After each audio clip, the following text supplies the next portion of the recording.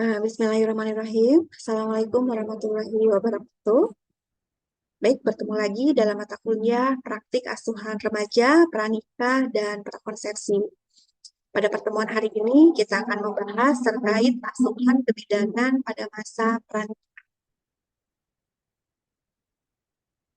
Landasan hukum yang mendasari asuhan kebidanan pada masa pranikah di sini ada 4 yang dapat kita jadikan acuan. Yang pertama adalah Undang-Undang Nomor 17 Tahun 2023 tentang Kesehatan, kemudian Peraturan Pemerintah Nomor 28 Tahun 2024 tentang Peraturan Pelaksanaan Undang-Undang Nomor 17 Tahun 2023 tentang Kesehatan. Selanjutnya adalah Permenkes Nomor 21 Tahun 2021, kemudian Permenkes Nomor 6 Tahun 2020.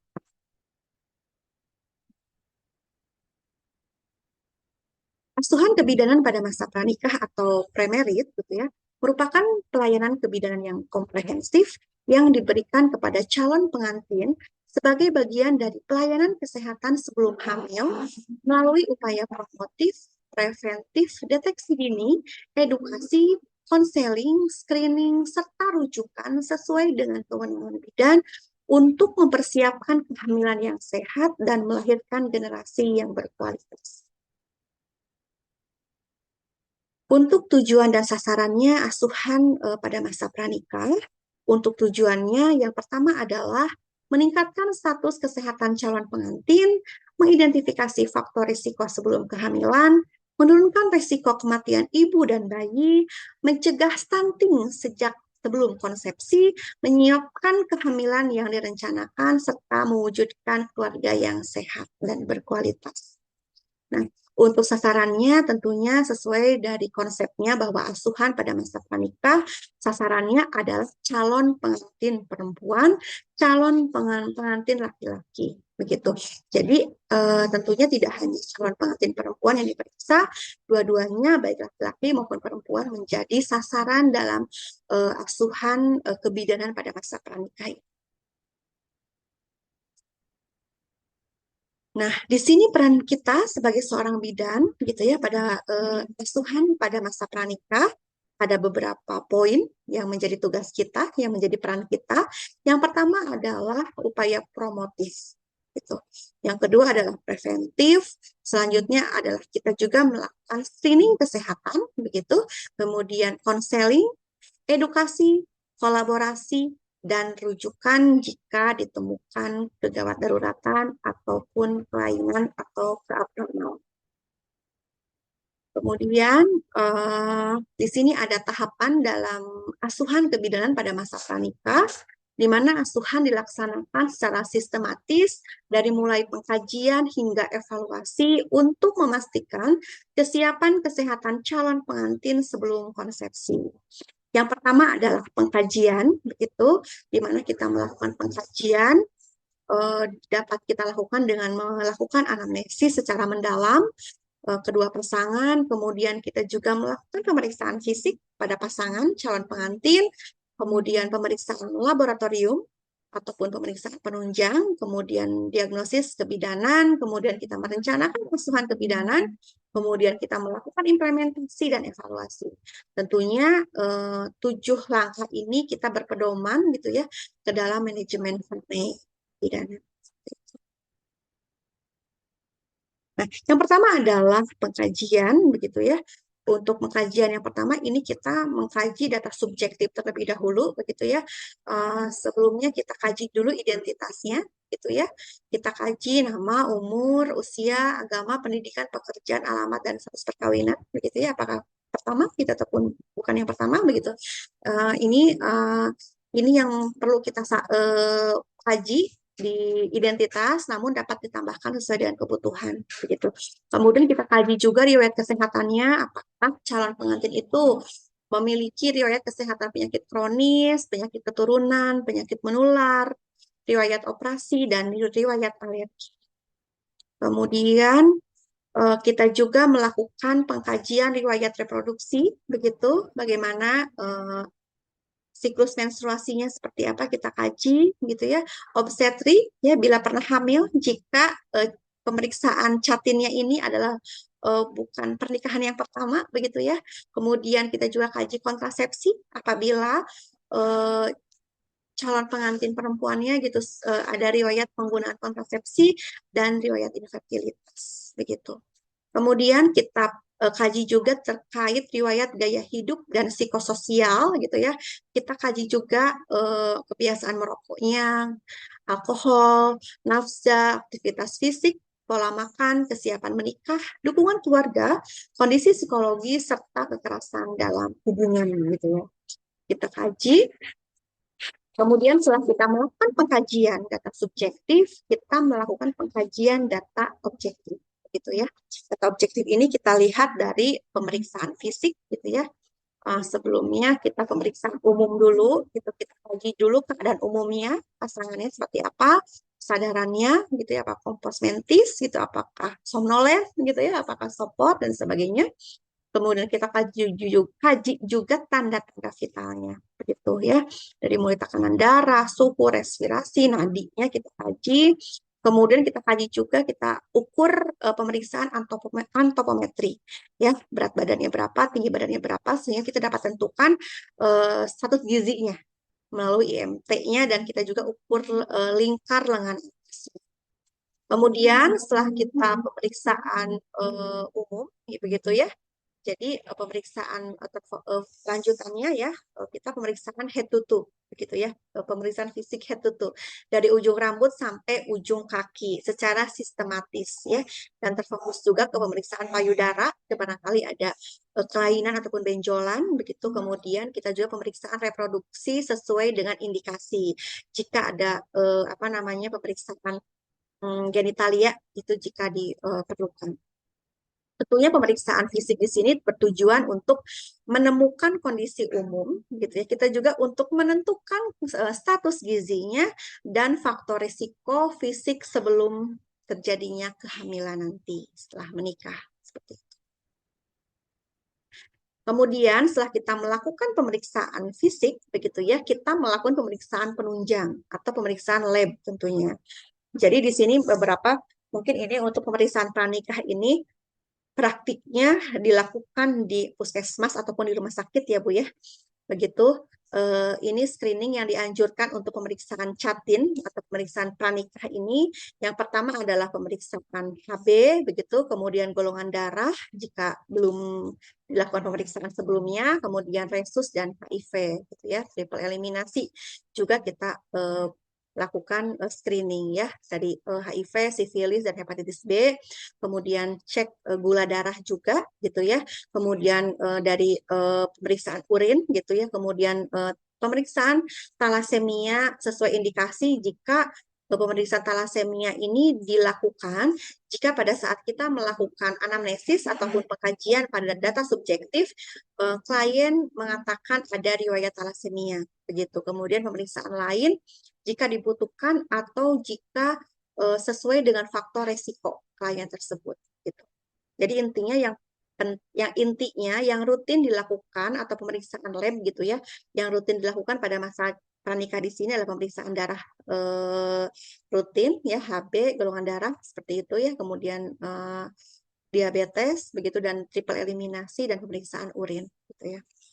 Itu untuk pemeriksaan thalassemia dan pemeriksaan lab lainnya itu jika ada indikasi saja.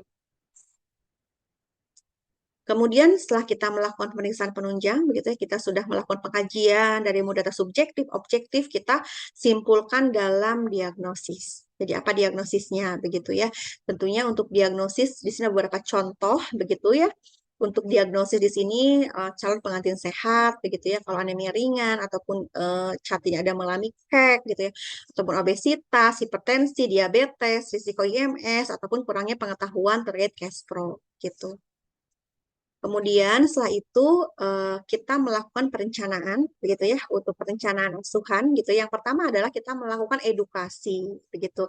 Nah ini beberapa catatan yang berdasarkan referensi bahwa beberapa edukasi yang kita sebagai nakes yang perlu kita edukasi kepada calon pengantin. Yang pertama, Kespro secara umum kita berikan, kemudian perencanaan kehamilan, begitu ya, bagaimana kita mengedukasi kepada catin itu untuk merencanakan kehamilan yang sehat, kemudian gizi seimbangnya, kemudian eh, terkait asam folat gitu ya, pentingnya asam folat begitu, kemudian tablet tambah darah, kemudian 1.000 hari pertama kehidupan begitu, sehingga nanti pada saat eh, pasangannya memiliki bayi, berarti sudah mempraktikkan 1.000 HPK. Kemudian imunisasi begitu ya. Kemudian kita tentunya dalam ini kita edukasi terkait imunisasi TT gitu ya. Kemudian adanya kesehatan seksual, kemudian pencegahan IMS, bahaya merokok, alkohol, narkotika, kemudian pentingnya aktivitas fisik pun kita harus edukasi, dan kesehatan mental serta pencegahan stunting. Nah, ini pun jadi pada masa pranikah ini, pada calon pengantin ini, kita sudah bekali beberapa edukasi-edukasi tentunya yang nanti akan meningkatkan derajat kesehatan ke depannya. Harapannya jangka panjangnya mungkin nanti pada saat hamilnya lebih sehat, sehingga nanti melahirkan bayi yang sehat. Stuntingnya tidak ada lagi, mentalnya lebih sehat. Ini beberapa edukasi yang harus kita berikan kepada calon pengantin. Ini yang wajibnya, tapi dapat ditambahkan edukasi ataupun konselingnya sesuai dengan kebutuhan klien. Nah, tujuannya apa? Tujuannya yang pertama adalah untuk meningkatkan pengetahuan pasangan tentunya, kedua pasangan gitu ya. Kemudian mendorong perilaku sehat sebelum konsepsi, mengurangi faktor risiko pada masa pranikah, dan mempersiapkan kehamilan yang sehat dan terencana. Kemudian setelah kita melakukan edukasi, ya kita memberikan banyak sekali pendidikan kesehatan kepada kedua pasangan tersebut, gitu ya. Kita melakukan konseling, gitu. Konseling itu lebih ke konseling dua arah ya Bu ya. Bagaimana kita melakukan konseling persiapan menjadi orang tua, gitu ya. Komunikasi dengan pasangan seperti apa, tentang KB pun kita edukasi di awal, gitu ya. Mungkin edukasi KB gambaran umum kita konseling begitu. Kemudian terkait jarak kehamilan yang sehat dan resiko kehamilan. Jadi tentunya kita konseling secara mendalam. Kemudian, nah ini tentunya dalam masa pemeriksaan pada catin ataupun pada masa pranikah tidak lepas adanya kita melakukan perencanaan asuhan intervensi imunisasi TT gitu ya. Ini saya rasa tidak asing lagi teman-teman semua ya, bahwa imunisasi TT pada calon pengantin itu tentunya untuk melindungi ibu, bayi, dan siapkan generasi sehat begitu ya, untuk tagline-nya begitu ya, bahwa imunisasi TT ini sebelum menikah merupakan bagian yang sangat penting ya dalam pelayanan kesehatan pada masa pranikah untuk mencegah tetanus pada ibu dan tetanus neonatorum pada bayi baru lahir nanti. Seperti itu.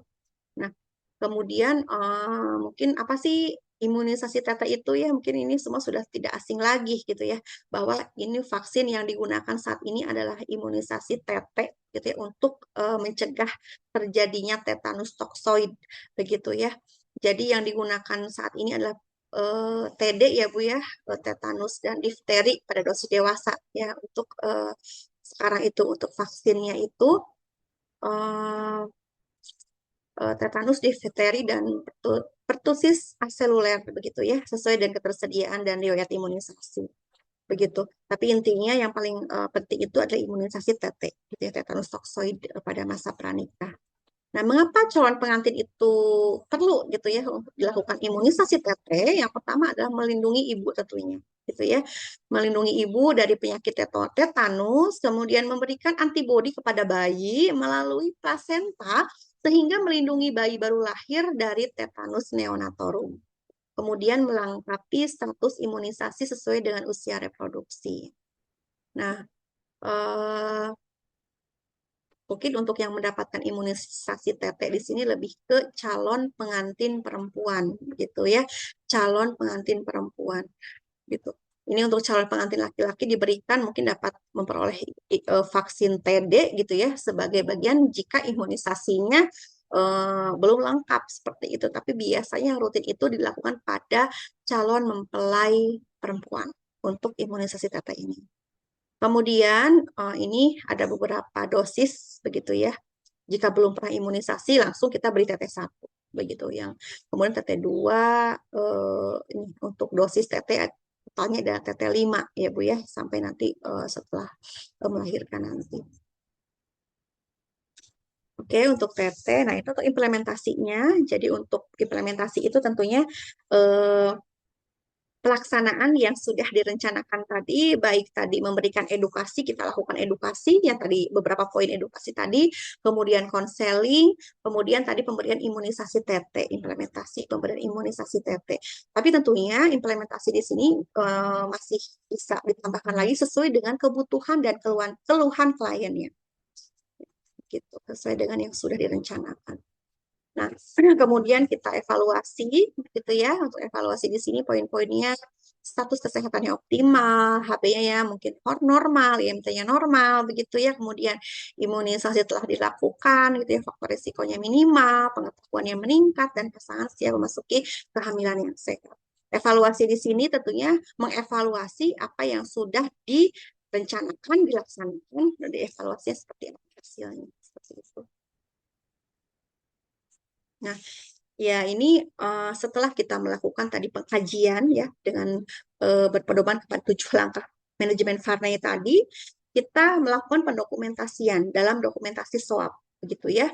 Ada subjektif, objektif, assessment, dan planning seperti itu ya. Contohnya di sini untuk subjektifnya calon pengantin datang perempuan ya dan pasangannya usia 24 tahun begitu untuk melakukan pemeriksaan pranikah, hasil pemeriksaan objektifnya seperti apa, begitu ya, untuk asesmennya seperti apa dan planningnya sesuai dengan perencanaannya. Baik, ini referensi yang digunakan dalam melakukan asuhan kebidanan pada pranikah. Baik, mungkin cukup sekian yang dapat saya sampaikan terkait materi pada hari ini. Terima kasih atas perhatiannya, semoga bermanfaat. Wabillahi taufiq wal hidayah. Wassalamualaikum warahmatullahi wabarakatuh.